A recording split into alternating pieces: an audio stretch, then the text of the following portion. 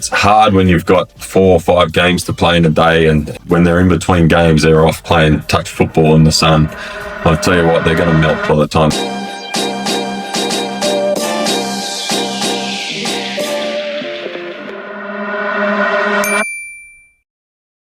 Hi guys, I thought I'd just run through a few tips for a successful day at a tournament. These are the same things that I talk to all my teams before we go to a tournament, particularly new guys. We always have a meeting and we talk about what to expect on the day and what we expect from our parents and players. As a coach, it's very important that you're clear with what you expect and how they need to conduct themselves on tournament day, because some people just don't know. They'll just go about it like it's a normal day, and we know how much more energy is required by our teams on the field. So we need to be able to conserve that in the best way possible and make sure that they're in the best condition to play that last game of the day, whether it be the final game or the bottom 2 playoff. So the 4 things I like to focus on when I talk about our tournaments are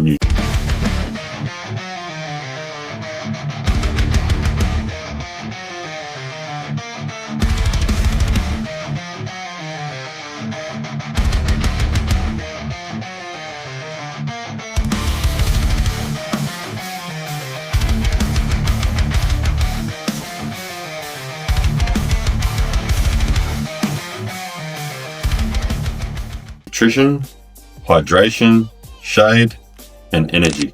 So we'll start with nutrition. So nutrition means we need to be eating good food through the day. We need to have a nice big dinner the night before. So tournament play and the effort you can put in a tournament, you'll find with a few of these things I mentioned, starts the day before. So we need to have a nice big meal and a good night's sleep the night before a big tournament. But on the day, we also want to make sure that we're eating good quality food through the day to keep us a good balanced energy as we go through. So, for example, we don't want to be eating any lollies or drinking any sugary soft drinks or any of that kind of stuff, particularly in the first half of the day. When you go to these tournaments, sometimes the canteen's quite busy and it's a bit hard to get a feed sometimes, and they don't offer the options that you might need. But it's always good to take your own sandwiches, take some fruit, take some good healthy snacks, something they can eat pretty quickly in between games, because sometimes you only got 15, 20 minutes before you got to be at another game, and that might be on the other side of the complex.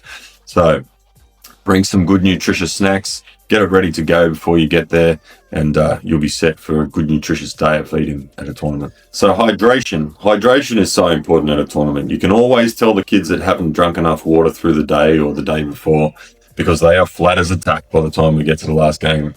So hydration, again, that starts the day before. I always tell my players and parents that I want you to start drinking plenty of water the day before the tournament. I want you to get nice and hydrated before the tournament even starts, and then we'll just keep sipping on water every day. For the little ones, I like to tell them every time they take their helmet off or put their helmet on, I want them to have a sip of their water. It's a good way to remind them to have a sip of water and keep hydrated through the day, because they will forget. They get caught up in the excitement and fun of the tournament, and they won't drink their water properly. So every time we take our helmet off, have a sip of our water. Every time we put it on, have a sip of our water. And that tends to help them remember to drink during the day. And when we talk about hydration, we want to make sure that they're drinking water. I'm no health professional, but I have seen the effects of kids who drink sugary soft drinks and whatnot early in the day, and the way that they're stroppy and flat at the end of the day compared to the kids who have been eating good food and drinking water. So water is your best friend. Drink as much water as you can. Bring some water bottles full with ice before you get there, and you'll have a good day. So my third tip is shade. So you want to make sure, if you can, you bring your own shade. And that may mean gazebos, or it might mean if you've got little kids, brothers and sisters that have got to hang around and watch all day, you might bring some of those little tents that you can get so they can play in there and whatnot and escape from the sun. Particularly here in Australia, and we play baseball in summer, the sun is unforgiving and you're not necessarily even going to have a dugout. So I always like to make sure we bring a gazebo for our team. So in case the dugout is just a bench out in the middle of the field, sometimes you play on makeshift fields and they don't have proper dugouts. And I also want to bring one for the family. I always tell my families, if you've got gazebos, bring them. It's better to have them and not need them than the other way around.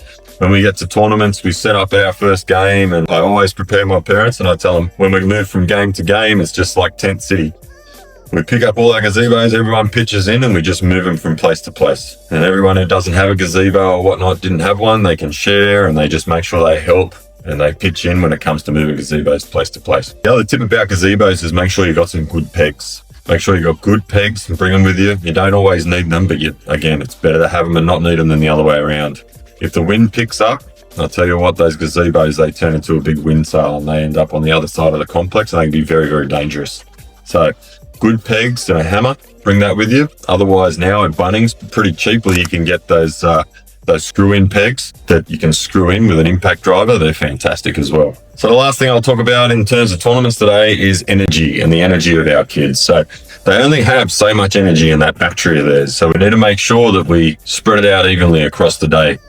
They've got to go 100% in the games. There's no question about that. We don't hold back when we're playing, but it's the time in between games that we need to try and manage their energy the best. And that's where everything comes together. It's where the good nutrition, good hydration, bit of shade, put it all together in between games, get them to sit down, get them to read, get them to do whatever they want in between games, just to try and conserve that energy. It's hard when you've got 4 or 5 games to play in a day, and when they're in between games, they're off playing touch football in the sun. I'll tell you what, they're going to melt by the time the end of the day comes. So this is where you can bring some stuff with you, like colouring in, books to read, maybe even your game devices, so that they can sit in the shade, they can sip on water, they can eat a sandwich, and they can conserve their energy right to the end of the day. On the flip side, energy, and since we've had a good day already, we've played 4 hard games, we're into the final and we're rearing and ready to go, and we haven't eaten any sugar all day, this is where the sugar is going to have a great impact. About halfway through the last game of the day, I always like to pull out my bag of red frogs or whatever you may have, and I hand them around, and I usually give them 1 or 2 rounds of red frogs from halfway through the game to get them over the line and finish strong for the rest of the day. And that sugar hit usually gets them finishing strong, and they love it. So yeah, no sugar all day, and it'll make those red frogs take a great impact in that last half of the game. Thanks guys. Well, that's a few tips I've got for tournament baseball and tournament t-ball. If you got anything you want to add, I'm sure there's thousands of them out there. I've seen some people online that have got some great ideas around tournaments. We'd love to hear them. Put them in the comments. We'll have a look and let us know if there's anything you want us to chat about. That's it for today's episode of RBI Australia Inside the Game. Thanks for tuning in. If you picked up something new, make sure to share it with your team or hit replay. We'll be back soon with more tips, drills and insights to help you level up. And hey, don't forget to subscribe and hit that bell so you never miss an episode. Until next time, train smart, play hard and keep growing that game.